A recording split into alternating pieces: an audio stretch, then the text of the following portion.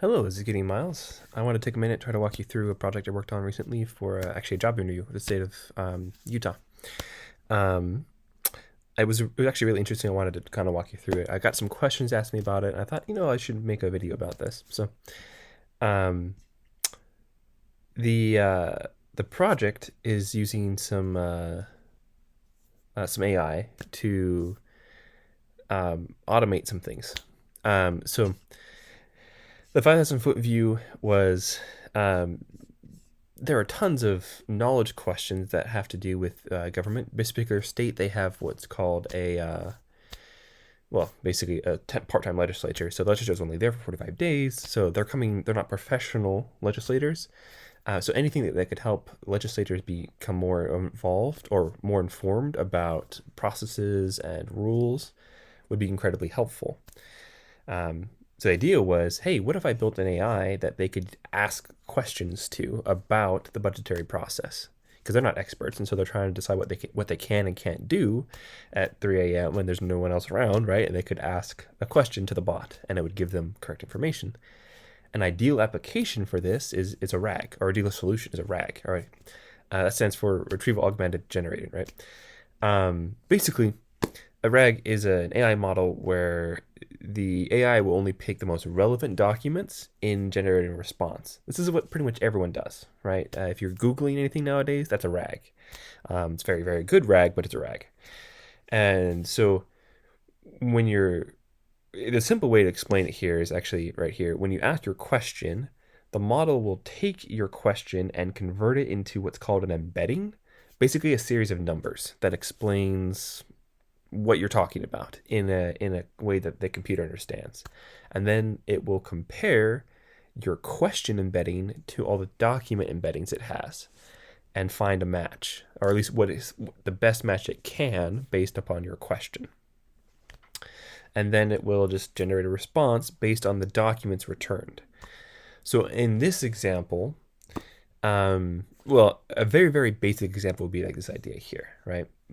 The word dog is represented by these numbers, and this is supposed to represent everything about the word dog.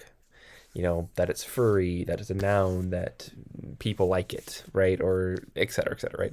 All of the ideas, the concepts, the semantic meaning of the word dog is being represented by those numbers. In the same way, your question gets turned into a series of numbers that match what the model understands, right? So what I did here was super simple. Just use an Olama model. That's an open source model. And here's an example of my data set here I was using. This was provided by the state. I didn't have the rules, so I just instead try to build a RAG on some issues, right? Some bill issues. So you can see here's the raw data. I had to do some cleaning of that data. So I just use Beautiful Soup and HTML code here. Just some simple cleaning here to make it usable. And then I just set up the model. So it's really, really simple to do in this context. Now, obviously, if I were able to keep working on this project, it would get more involved. But for a simple proof of concept, it was very easy to do. Basically, I'll walk you through here the ideas right here. The first thing is this won't look at a full document. It will break the document into chunks and then look for chunks of document that match your query question. This is because there are limitations on how much at a local AI, like I'm running here, can process at a time. It's called the token limit, but basically it means an AI can only process up to a few thousand words at a time. And so trying to feed in all the words in one bill would exceed that limit. And then trying to multiply by all the words in every bill would be way too many, right? And so the idea is we need to get that information stored into a database called a vector embedding. So in this case, right here's the chunks. I said, hey, I want the chunks to be this size, and there's going to be a little overlap in the chunks, right? So it's not a hard cap, because sometimes the semantic meaning might not match the chunk exactly, right? Maybe your sentence doesn't quite end. So there's going to be a 200 character overlap, right? So and then it'll just produce all the chunks here. So it'll break all of these, each one of these documents here, into chunks of text. Then once it has the chunks of text, it needs to learn what that text means. That's where the embedding comes from. So in this context, I'm just going to be using this model to produce the embeddings. So it's going to look at each one of those, and then, like we were looking here, it's going to take that chunk of text and turn it into a series of numbers that represent the semantic meaning of the text. That's more involved than just the words itself.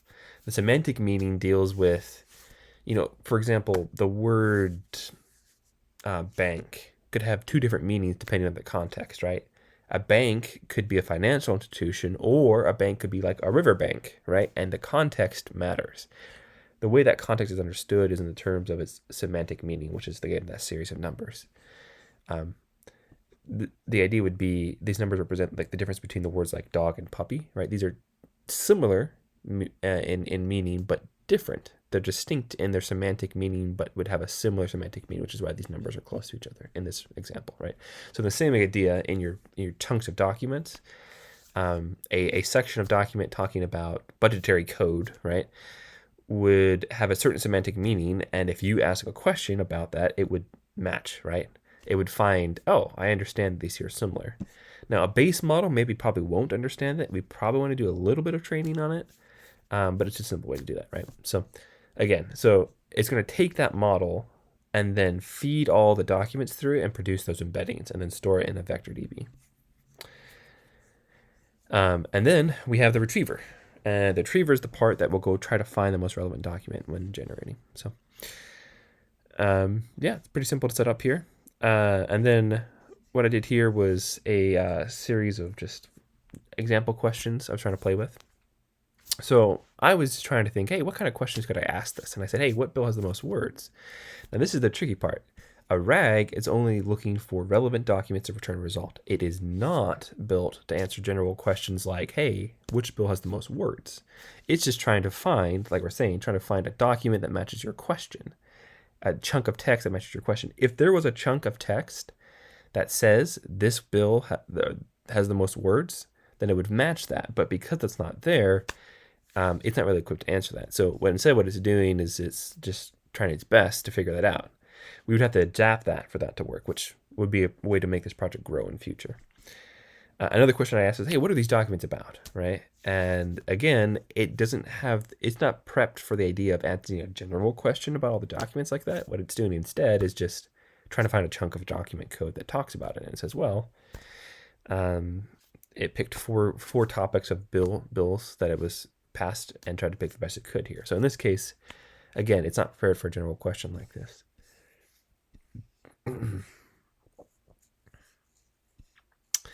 One particular question I was actually working on quite a bit was the idea of, hey, do any of these bills benefit Latinos? I thought it'd be an interesting question for a specific community to come ask a question to saying, hey, what bills are out there right now that's going to influence my community?